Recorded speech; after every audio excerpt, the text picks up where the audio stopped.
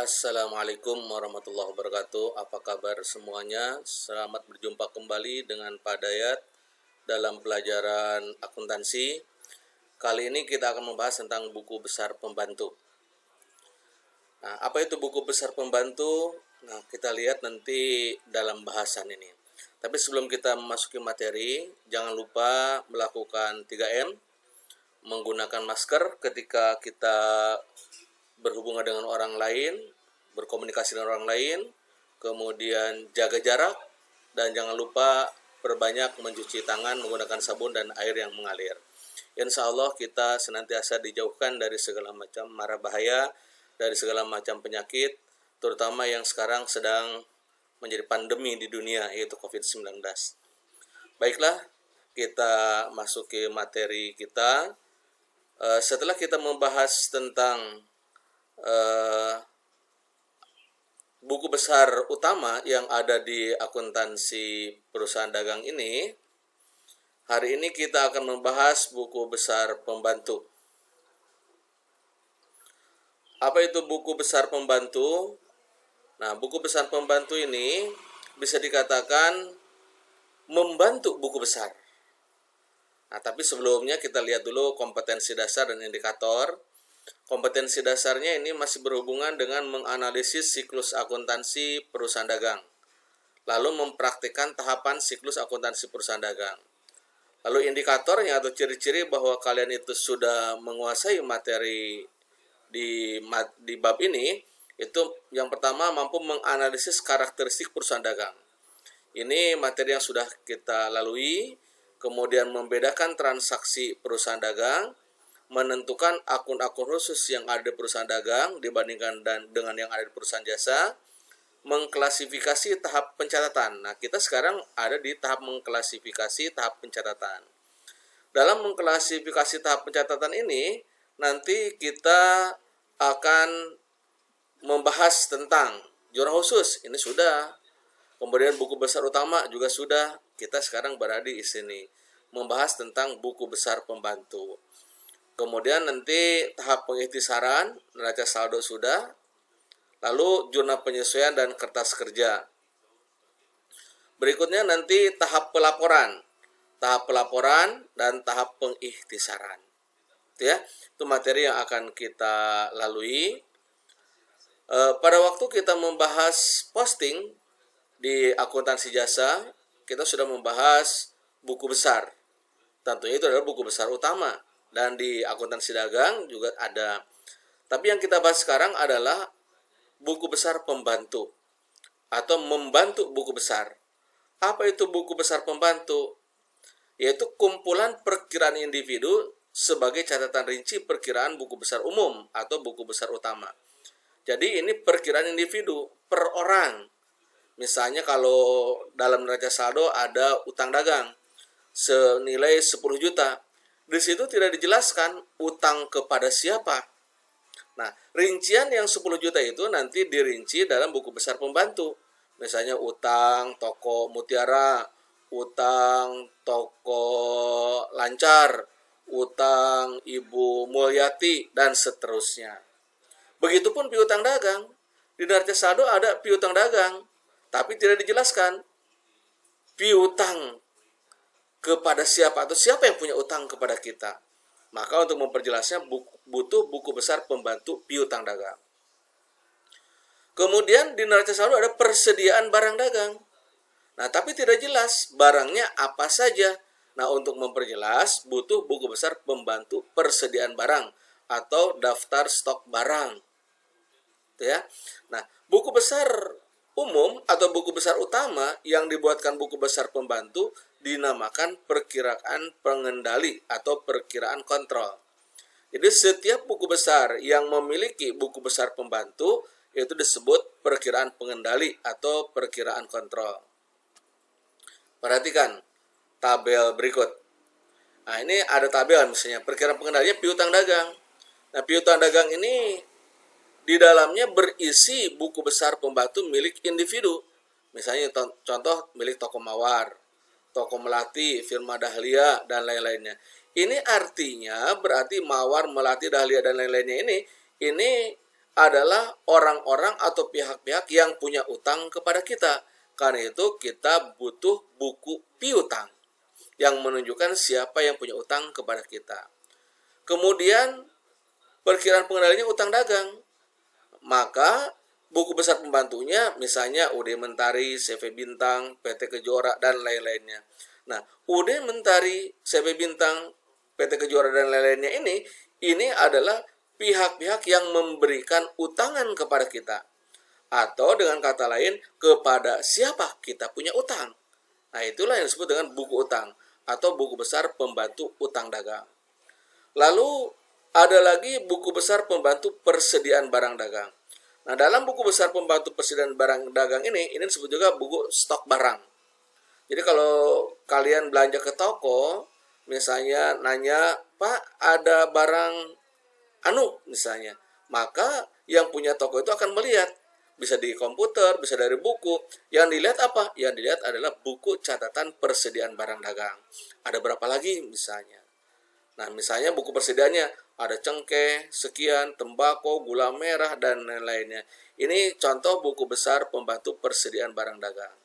Itu ya, ada perkiraan pengendali, yaitu akun-akun yang memiliki buku besar pembantu. Perhatikan berikutnya. Ini langkah-langkah yang kita lakukan dari mulai transaksi. Setiap transaksi membutuhkan adanya bukti transaksi. Umumnya bukti transaksi ini terdiri lebih dari 1 lembar. Nah, lembar pertama biasanya dari bukti transaksi ini digunakan untuk dasar membuat jurnal. Dari jurnal diposting ke buku besar. Nah, dari buku besar saldonya dikumpulkan jadilah neraca saldo. Kemudian bisa juga dari bukti transaksi ini, lembar berikutnya digunakan untuk mencatat ke dalam buku besar pembantu. Nah, ini. Nah, yang harus kita lihat di sini ada tanda sama dengan. Ini artinya apa? Ini artinya data yang ada di neraca saldo ada kesesuaian dengan data yang berasal dari buku besar pembantu. Contoh, di neraca saldo misalnya ada utang dagang senilai 10 juta. Maka di buku besar pembantu ada rinciannya. Utang dagang itu kepada siapa saja. Yang mana kalau dijumlahkan, utang tersebut sama-sama 10 juta. Jadi jumlah utang dagang menurut buku besar pembantu yang disebut dengan daftar utang dagang akan sama jumlahnya dengan utang dagang yang ada di neraca saldo. Begitupun persediaan barang dagang. Bedanya di sini, pencatatan dari transaksi kemudian ke jurnal sampai dengan buku besar ini dilakukan secara berkala. Bisa seminggu sekali, bisa sebulan sekali. Sementara pencatatan ke buku besar pembantu dilakukan setiap terjadi transaksi. Itu ya. Nanti dari neraca saldo ini menjadi dasar untuk menyusun laporan keuangan setelah melalui proses dengan menggabungkan dengan data jurnal penyesuaian. Tuh. Nah, berikutnya kita lihat. Buku besar pembantu itu apa saja? Yang pertama, sebetulnya banyak sekali buku besar pembantu itu. Tapi yang akan kita bahas hanya 3, yaitu buku besar pembantu utang dagang, piutang dagang, dan persediaan barang dagang.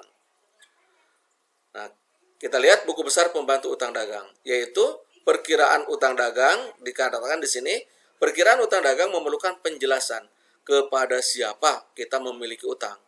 Atau siapa yang memberi kita pinjaman, atau penjualan kredit, atau siapa nama krediturnya. Oleh karena itu, perlu dibuatkan buku besar pembantu utang dagang, sering disingkat dengan istilah buku utang. Nah, lihat kolom-kolomnya, mulai dari nama kreditur, nomor, ini nomor urutan orang-orang yang memberikan pinjaman kepada kita. Siapa nama krediturnya? Tanggal, ya tanggal terjadinya kredit. Kalau di periode sebelumnya, di bulan sebelumnya ada saldo utang, maka tanggalnya mulai dari tanggal 1. keterangannya saldo. Referensinya di checklist, berapa saldo utang bulan lalu, ya. Kemudian lanjut misalnya utang karena pembelian dan lain-lainnya. Tuh. Nanti seluruh data buku besar pembantu utang dagang, misalnya kalau nama krediturnya ada 5, dibuat seperti ini 5. Kalau ada 10, dibuat juga 10. Nah, nanti kalau semuanya sudah terekap dalam sebulan, maka di akhir bulan harus dibuatkan daftar saldo utang dagang. Nah, tapi kita harus mengontrol apakah pencatatan kita ini benar atau tidak. Cara mengontrolnya bagaimana? Yang pertama, dalam buku utang ini, keterangannya bisa saja pembelian kredit, pembelian tunai, atau penerimaan atau pembayaran utang. Nah, maka pengontrolannya seperti ini. Kita lihat cara mengontrolnya nih. Pembelian secara kredit yang sudah dicatat pada buku utang, maka referensi jurnal pembelian. Jadi pembelian kredit ini ada di jurnal pembelian. Oleh karena itu, referensi jurnal pembelian pada baris nama kreditur yang bersangkutan diberi tanda checklist. Jadi di jurnal pembelian, kolom referensi diberi checklist. Lurus dengan nama krediturnya. Di nama kreditur, nah, nanti ada contohnya kita lihat. Jadi pada kolom referensi jurnal pembelian lurus dengan nama krediturnya diberi checklist. Ini artinya bahwa data tersebut sudah dipindah bukukan ke buku besar pembantu. Kemudian di jurnal kas keluar. Di jurnal kas keluar juga ada utang dagang. Nah, berarti kalau di jurnal kas keluar, utang dagangnya adalah pembayaran utang dagang. Kita membayar. Kalau di jurnal pembelian berarti kita membeli, tapi share kredit. Nah, kalau di jurnal kas keluar kita membayar utang. Ketika kita membayar utang, maka referensi jurnal kas keluarnya diisi checklist, di checklist saja. Nah, itu menunjukkan bahwa data tersebut sudah dipindahkan ke buku besar. Kemudian, apalagi? Nah, ada di jurnal umum. Biasanya utang dagang selain di jurnal pembelian dan jurnal kas keluar, ada di jurnal umum. Nah, kalau di jurnal umum, isinya di kolom referensi, lurus dengan nama kreditur tersebut. Nah, di referensi jurnal umum ini sebelumnya sudah ada kode akun ketika melakukan posting ke buku besar. Oleh karena itu, checklistnya boleh di belakang, boleh di depan, kode akun yang sudah ada. Ya. Kemudian di buku besar utangnya, di buku besar utang yang per individu tadi ada juga referensi. Nah, referensi buku utang itu diisi dengan singkatan jurnal dan halamannya. Jadi dari mana data tersebut diperoleh? Kalau dari jurnal umum titik halaman berapa. Kalau dari jurnal pembelian titik halaman berapa. Jurnal kas keluar titik halaman berapa. Itu cara menyusun buku besar pembantu utang dagang. Nah, kalau semua kreditur sudah didata, sudah dicatat dalam buku utangnya masing-masing, langkah selanjutnya kita mengumpulkan data semua utang berikut dengan nama krediturnya ke dalam daftar, namanya daftar saldo utang dagang. Perhatikan di sini. PD berarti nama perusahaannya apa? Daftar saldo utang dagang. Periodenya sebutkan. Periodenya misalnya 31 Desember 2019. Nomor, nah ini nomor 1. Nomor 1 nama krediturnya siapa? Berapa jumlah utang kepada nama kreditur tadi? Kemudian nomor 2, nama krediturnya berapa? Nama krediturnya siapa? Lalu jumlahnya berapa? Ketiga juga begitu, nama krediturnya siapa? Berapa jumlahnya? Kalau sudah selesai, dijumlahkan. Nah, jumlah utang inilah nanti harus sama dengan yang ada di neraca saldo. Jadi jumlah utang yang terdapat dalam daftar saldo utang dagang harus sama dengan nilai utang dagang yang ada di neraca saldo. Itu ya yang pertama. Sampai di situ paham? Kalau tidak paham, putar lagi, baca lagi. Berikutnya kita lanjutkan. Yang kedua, buku besar pembantu piutang dagang. Buku besar pembantu piutang dagang. Ya, perkiraan piutang dagang yang terdapat dalam neraca saldo memerlukan penjelasan. Siapa yang memiliki utang? Atau siapa yang kita pinjami utang? Atau siapa yang membeli secara kredit kepada kita? Dengan kata lain, siapa nama debiturnya? Jadi piutang dagang yang ada di neraca saldo itu belum jelas. Siapa saja yang punya utang kepada kita. Nah, untuk memperjelasnya, kita butuh buku besar pembantu piutang dagang. Sering disingkat dengan istilah buku piutang. Lihat kolom-kolomnya, mulai dari nama debitur, nomor, kalau ada 10, bikin juga yang seperti ini 10. Nomornya 1, 2, 3, 4, sampai dengan 10. Ada tanggal, keterangannya. Kalau piutang terjadi karena apa? Misalnya karena kita menjual secara kredit. Kalau tadi utang dagang membeli secara kredit, piutang dagang menjual secara kredit. Lalu apalagi? Kalau di utang dagang kita membayar utang, nah berarti dalam piutang dagang kita menerima piutang. Kemudian ada juga dari retur, ya retur penjualan. Nah itu berarti ini datanya dari jurnal penjualan, jurnal kas masuk, dan jurnal umum. Kalau tadi buku besar pembantu utang dari jurnal pembelian, kemudian jurnal kas keluar dan utang dagang. Sementara piutang dagang berasal dari jurnal penjualan, jurnal kas masuk, dan jurnal umum. Nah, berikutnya bagaimana cara mengontrol bahwa suatu data sudah dipindah bukukan ke buku besar pembantu? Perhatikan cara mengontrolnya. Yang pertama, penjualan kredit yang terdapat pada jurnal penjualan, maka kolom referensi jurnal penjualannya diberi tanda checklist, lurus dengan nama debiturnya. Jadi di keterangan ada nama debitur. Nah, sebelah keterangan ada referensi, checklist sesuai atau lurus dengan nama debiturnya. Ini di jurnal penjualan. Begitupun di jurnal penerimaan kas atau jurnal kas masuk. Nah, jurnal kas masuk ini berarti piutang ini berasal dari penerimaan pelunasan piutang. Jadi kita menerima piutang. Jadi ada debitur yang membayar piutang, membayar utang kepada kita. Jadi kita menerima piutang.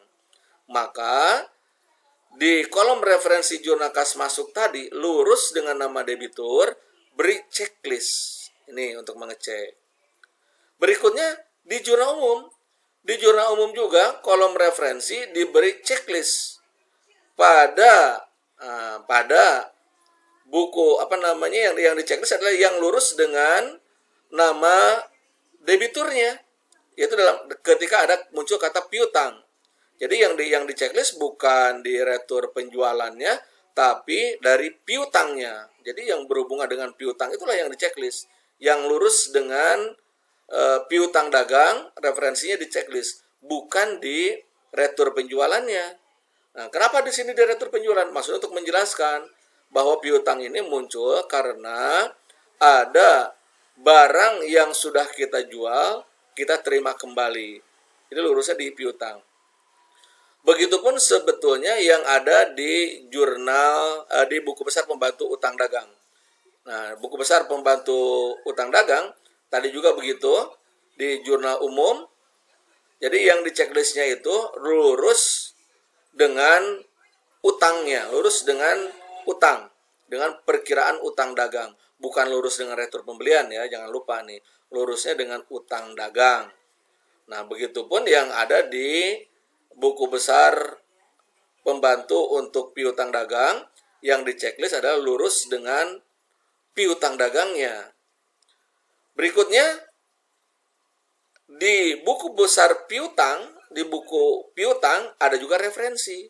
Referensi buku piutang diisi dengan sumbernya, yaitu dari jurnal apa dan halaman berapa. Misalnya dari jurnal umum halaman 15, jurnal kas masuk halaman 14, jurnal penjualan halaman 12, seperti itu. Ini cara mengontrolnya. Itu Nah, kalau semua piutang sudah tercatat dalam buku besar pembantu piutang dagang, maka selanjutnya pindahkan ke daftar saldo piutang dagang. Seperti ini tabelnya, ada nama perusahaan, lalu kata tunjuk daftar saldo piutang dagang, lalu periodenya. Periode 31 Desember 2019 misalnya. Nomor 1, siapa nama debitur, siapa orang yang punya utang kepada kita, atau nama perusahaannya, berapa jumlahnya. Terus dirinci. Nah, kalau sudah selesai, dijumlahkan. Nah, jumlah dalam daftar saldo piutang dagang ini harus sama dengan jumlah yang ada di saldo piutang dagang yang terdapat dalam neraca saldo. Jadi, jumlah saldo piutang dagang yang ada di daftar saldo ini harus sama dengan nilai piutang dagang yang ada di neraca saldo. Itu ya, yang kedua. Berikutnya yang ketiga, yaitu persediaan barang dagang. Persediaan barang dagang. Nah, untuk mengetahui persediaan barang dagang yang ada pada akhir periode, kita bisa melakukan dua macam teknik. Yang pertama dengan metode fisik atau metode periodik. Persediaan akhir dihitung secara fisik, yaitu barang yang ada dalam gudang pada akhir periode tertentu. Pada saat pembelian dan penjualan tidak dicatat. Ini biasanya di akhir tahun, para pedagang itu sibuk menghitung secara fisik barang apa saja yang masih ada dalam gudang, berapa jumlahnya, dan berapa harga belinya. Nah, jadi ini dilihat secara terakhir saja di akhir periode. Biasanya menjelang bulan Desember. Kalau yang muslim biasanya menjelang lebaran. Dihitung semuanya berapa sisanya. Itu namanya metode fisik atau metode periodik. Lalu yang kedua, ada yang namanya metode perfaktual atau disebut juga metode balance permanen. Nah, pencatatan dilakukan setiap terjadi perubahan, baik saat pembelian maupun saat penjualan. Oleh karena itu, setiap macam barang dibuatkan kartu persediaan. Jadi ketika membeli dicatat, ketika menjual dicatat. Nah, dengan metode perfaktual ini, setiap saat bisa ketahuan berapa jumlah barang yang masih ada. Oleh karena itu, setiap barang punya kartu persediaan. Tadi misalnya ada nama barangnya cengkeh, tinggal berapa lagi? Ada tembakau, tinggal berapa lagi? Ada beras merah, tinggal berapa lagi? Dan seterusnya. Ini namanya metode perfaktual. Nah, kita lihat contohnya. Ini contoh yang metode perfaktual. Nama barang, apa nama barangnya? Tulis nomornya. Jadi kalau kamu punya usaha dagang dengan barang yang dijual 100 macam, berarti juga harus punya kartu 100 kartu. Isinya tanggal, keterangannya apa? Bisa pembelian, kalau pembelian berarti masuk sekian kilo, saldo sekian kilo. Nah, kalau di periode sebelumnya ada saldo, tulis dulu tanggalnya, tanggal 1, saldo, berapa saldonya? Tanggal 2, pembelian, berarti masuk, berapa jumlahnya, berarti saldo tinggal berapa. Tanggal 3, penjualan, berarti keluar, jadi saldo tinggal berapa. Berikutnya ada retur. Nah, kalau di retur berarti barang yang sudah kita jual balik lagi, berarti masuk lagi. Gitu. Begitupun kalau ada retur pembelian, barang yang sudah kita beli kita kembalikan, berarti keluar tuh. Jadi masuk berarti kalau barang kita bertambah, keluar kalau barang kita berkurang. Tuh. Jadi semua barang yang dijual punya kartu tersendiri seperti ini. Kalau semua kartu sudah terisi, lalu dikumpulkan dalam daftar, namanya daftar persediaan barang dagang. Jadi mulai nama perusahaannya, daftar persediaan barang dagang, periodenya, periode 31 Desember 2019 misalnya. Nomor 1, nama barang tadi, nama barang cengkeh, jumlah 5 kg. Per kilonya berapa? Nah, harga satuan di sini adalah harga beli, jangan harga jual. Karena kalau harga jual nanti akan diperoleh keuntungan yang semu. Jadi yang dilihat di sini adalah harga belinya, berapa harga satuannya, maka total harga dari cengkeh berarti jumlah barang yang ada kali harga satuan totalnya berapa. Kemudian beras misalnya, berapa kilogram lagi, berapa per kilo waktu beli, total harga berapa, dan seterusnya seperti itu. Kalau sudah selesai semua, jumlahkan. Nah, jumlah nilai barang ini akan menjadi nilai persediaan barang dagang akhir. Akan digunakan ketika kita membahas jurnal penyesuaian. Jadi di jurnal penyesuaian nanti dikenal persediaan awal ada di neraca saldo, persediaan akhir dari sini, yaitu hasil perhitungan. Ya, itu tentang buku besar pembantu persediaan barang dagang. Sampai di situ bisa dipahami? Kalau belum, kita masuk ke contoh. Biasanya kalau belum ada contoh, susah untuk memahaminya. Perhatikan, ini ada contoh transaksi. Ya, selama bulan Desember 2019, PD Bahagia Hidup Sejahtera melakukan transaksi sebagai berikut. Tanggal 2, dilunasi utang kepada PT Arjuna Wiwaha tertanggal 20 November, syarat 2015 N/30. Nah, berarti tanggal 2 ini menggunakan dilunasi utang, berarti menggunakan jurnal kas keluar. Nah, jurnalnya berarti sudah dibuat di jurnal kas keluar. Lalu menggunakan buku besar apa? Dilunasi utang, berarti buku besar utang. Tuh. Kemudian tanggal 3, dilunasi utang lagi, berarti sama nih. Menggunakan jurnal pengeluaran kas dan buku besar pembantu utang. Tanggal 4, diterima pelunasan tagihan dari toko Rahayu. Berarti ini menggunakan jurnal penerimaan kas. Dan buku besar pembantu. Apa nih buku besar pembantu apa di sini? Nah, tentunya buku besar pembantu piutang. Jadi buku piutang. Jadi piutangnya nanti mengalami perubahan. Kemudian tanggal 5 diterima pelunasan tagihan. Berarti menggunakan jurnal kas masuk dan buku besar pembantu piutang dagang. Lalu tanggal 6 dilunasi utang kepada, berarti menggunakan jurnal pengeluaran kas dan buku besar pembantu utang. Tanggal 7. Nah, tanggal 7 beda nih. Dibeli gula pasir, gulaku dan seterusnya sebanyak 150 kg per kilo 7.500 dengan syarat. Nah, pembelian dengan syarat ini menunjukkan pembelian secara kredit. Berarti ini menggunakan jurnal pembelian dengan membayar beban angkut. Nah, berarti ini menggunakan jurnal pengeluaran kas. Lalu buku besar pembantunya, buku besar pembantu apa?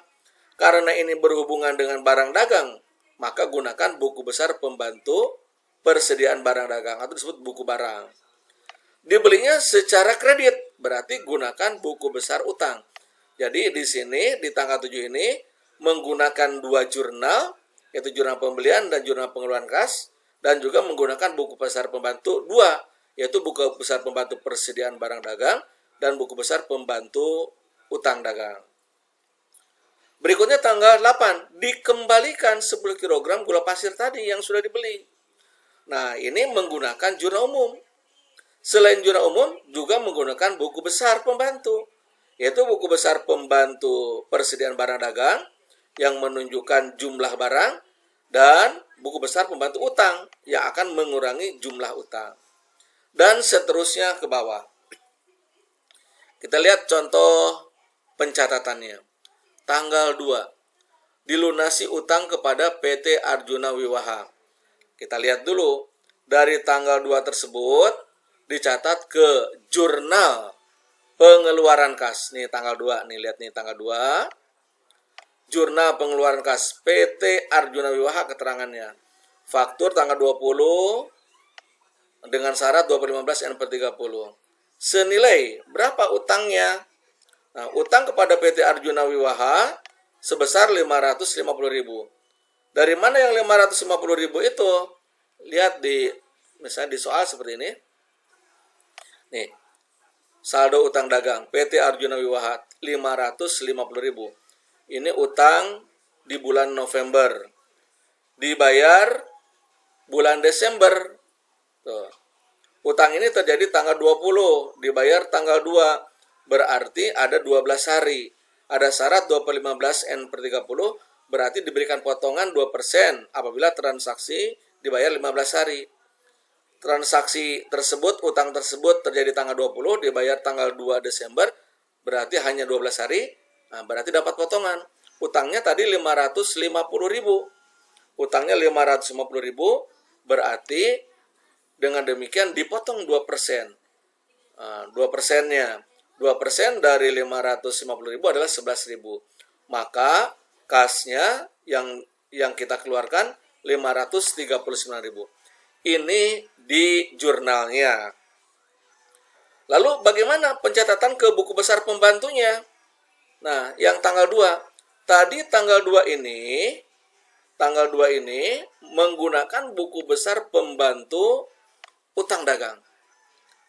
Berarti kita lihat buku utang dagang milik PT Arjuna Wiwaha. Nah, utang dagangnya tadi 550.000. Perhatikan nih. Langkah yang pertama, perhatikan nih. Perhatikan di sini, jangan lupa nih. Ini PT Arjuna Wiwaha. Ini ada kolom referensi. Kolom referensinya di checklist 1 nih. Checklist lurus dengan PT Arjuna Wiwaha nih. Senilai 550.000 di debit. Nah, kalau ini sudah di checklist, maka yang 550.000 di debit ini pindahkan ke buku besar pembantu utang dagangnya. Buku besar pembantu utang dagangnya. Nah, coba lihat di sini. Buku besar pembantu utang dagang. PT Arjuna Wiwaha. Mana PT Arjuna Wiwaha? Tanggal 2. Nah, ini dia. Tanggal 1 saldonya, ini saldo bulan November. Referensinya di checklist. Utangnya 550.000. Kemudian tanggal 2 keterangannya pelunasan. Nah, pelunasan tulis. Ini sudah dicatat di jurnal kas keluar halaman 12. Senilai 550.000 yang tadi tuh. Debit. Saldo utang sudah pasti ini kredit. Dengan demikian sampai dengan tanggal 2 berarti utang jadi 0 karena dilunasi. Itu ya untuk tanggal 2. Berikutnya tanggal 3. Tanggal 3 ini perlakuannya sama, hanya perusahaannya beda. Itu bayar utang kepada PD Garuda Pribumi. Transaksi tanggal 21 dibayar tanggal 3. Ini juga 12 hari. Ada syarat 2 per 15. Berarti dapat potongan 2%. Untuk tanggal 3 ini kita lihat jurnalnya. Lihat dulu jurnalnya.